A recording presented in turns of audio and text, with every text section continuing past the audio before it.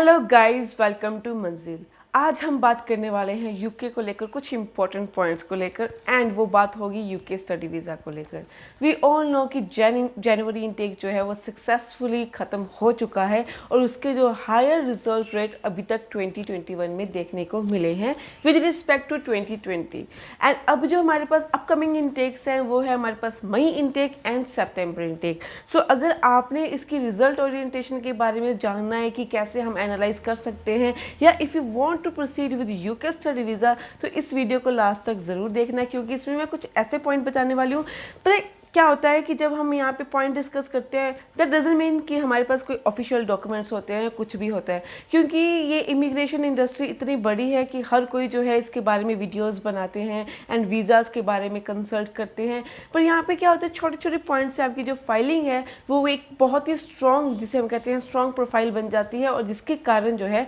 Visa 100% हो जाता है, रिफ्यूज़ल के कारण बिल्कुल ही ज़ीरो हो जाते हैं। सो इसी बेसिस पे ये वीडियोज़ बनती है सो दैट आपको जो वो छोटे छोटे पॉइंट्स जो हैं जहाँ पे ही गलतियाँ होती है जिसकी वजह से रिफ्यूज़ल आती है वो आपको क्लियर आउट हो जाए। सो एट प्रेजेंट अगर मैं सिनेरियो डिस्कस करूँ तो बट ऑब्वियस जो है जनवरी इनटेक निकल चुका है, सक्सेसफुली अटैम्प्ट हो चुका है और उसके 100% जो है वो रिजल्ट रहे हैं। हार्डली अगर मैं कहूँ कि 1% से भी कम जो है वो रिफ्यूज़ल रेट हुए हैं। डिपेंड्स अपॉन यूके को इंटरनेशनल स्टूडेंट्स की बहुत ज़रूरत थी एज बिकॉज जितने भी हमारे ये कंट्रीज़ हैं जो इंटरनेशनल माइग्रेंट्स को इन्वाइट करती हैं, इनकी जो बेसिक इकॉनमी है वो हमसे ही होती है, इसलिए इन्होंने 2021 में जैन इनटेक को बहुत ही सक्सेसफुली अटैम्प्ट किया so that number of students जो हैं वो और अप्रोच करें। सो यहाँ पे उन बच्चों के लिए जिन्होंने मई इनटेक के लिए अप्लाई किया हुआ है, उनकी जो फाइल जो है एम्बेसी में लॉन्च हुई है, उनको मैं ये बता दूँ कि आपकी जो क्लासेस है वो मई में भी स्टार्ट हो सकती हैं या फिर जून में भी स्टार्ट हो सकती हैं। और जिन्होंने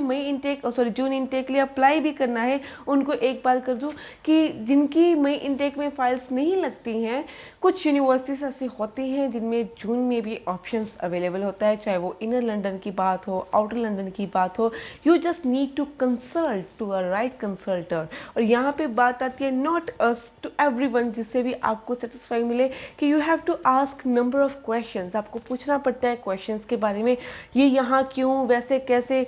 उन बच्चों पे बड़ा गुस्सा आता है हम जैसे लोगों को जिनको सिर्फ जाकर फाइल लगानी है और वो कोई काउंटर क्वेश्चंस ही नहीं करते। और जो फ्रॉड होते हैं वो उन जैसे लोगों को जो है वो बहुत फ़ायदा उठाते हैं। सो जाइए, सबसे पहले अपनी प्रोफाइल डिस्कस कीजिए। अगर वो आपको कोई ऑफ़र करता है कि यहाँ पे ये है, यहाँ पे ये है, तो काउंटर कीजिए कि वहाँ पे ये क्यों नहीं है, क्या हमें यहाँ हो सकता है और उसके लिए क्या होना चाहिए। उसके लिए आपको जो है बेसिक नॉलेज होनी चाहिए, चाहे बेसिक नॉलेज आप इस चैनल से लीजिए, चाहे किसी चैनल से लीजिए या फिर गूगल से लीजिए। सो मूविंग फर्दर, चाहे आप यूके के लिए अप्लाई कर रहे हो विद आइल्स, विदाउट आइल्स या एमओआई की बेसिस पे, इसमें यहाँ पे एक जो सबसे इंपॉर्टेंट पॉइंट है वो है इनिशियल स्टेजेस। जब भी इनिशियल स्टेजेस की बात आती है उसमें होता है कि अगर आप अपनी प्रोफाइल को जिस भी इनटेक के लिए अप्लाई करना चाहते हैं उसकी जो रिक्वायर्ड पीरियड होता है जो होता है 2 मंथ्स विद उनके, चाहे ऑल फंड्स की मैं बात करूँ, यूके, कनाडा, व्हाटएवर, उससे भी 1 या 2 महीने पहले अप्लाई करते हो, उसे हम कहते हैं इनिशियल स्टेज।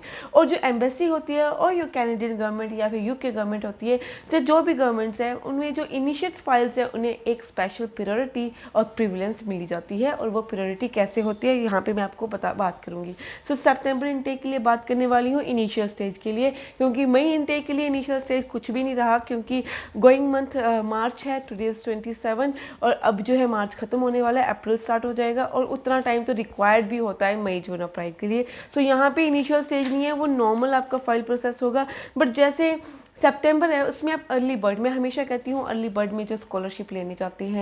हैं, बट यहाँ पे क्वेश्चन आता है what is early bird scholarship. So इसमें क्या होता है कि जब भी आप अपने जो आपकी क्लासेस का फीस, जो भी आपकी क्लासेस के डेट होती है, उससे जो भी आपकी फ़ाइल की प्रोसेसिंग होती है उससे पहले जब आप अप्लाई करते हैं तो यूनिवर्सिटीज़ क्या होती हैं, उसमें आपको नंबर ऑफ़ एक यूनिवर्सिटीज़ मिलती है और अर्ली बर्ड की स्कॉलरशिप आपको मिलती है depending upon your academic score, कि कौन से आपने कितने अपने स्कोर किया है। और एक इसमें प्लस पॉइंट ये भी आता है अगर आपने आइल्स लिया, अगर नहीं लिया दैट डजंट मैटर, उसमें जस्ट एक पॉइंट होना चाहिए कि आपकी जो इंग्लिश है उसमें आपकी प्रोफिशिएंसी 65% से ऊपर होनी चाहिए।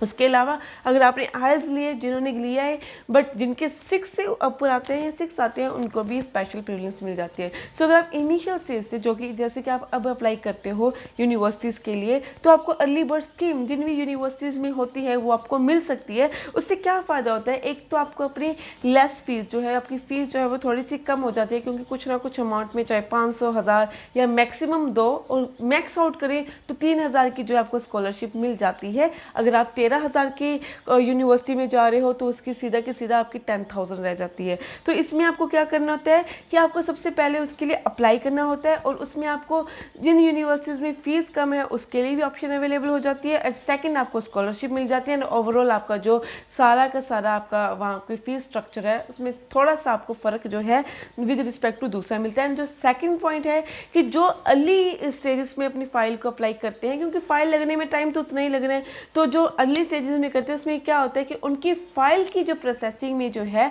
वो फास्टनेस देखने को मिलती है, उनकी फ़ाइल जो है विद रिस्पेक्ट टू दूसरे बच्चों से थोड़ी फास्ट लगती है। एंड सेकंड ऑप्शन, उनके इंटरव्यू होने के चांसेस बहुत कम हो जाते हैं। एंड अगर मैं इसे कंपेयर करूं जो कि बिल्कुल ही टाइम पे लगाते हैं या लेट लगाते हैं, एक तो उनकी क्लासेस मिस हो जाती हैं क्योंकि वो उनको पता नहीं होता कि वो 2 महीने का गैप लगा के चलते हैं, क्योंकि स्पेंड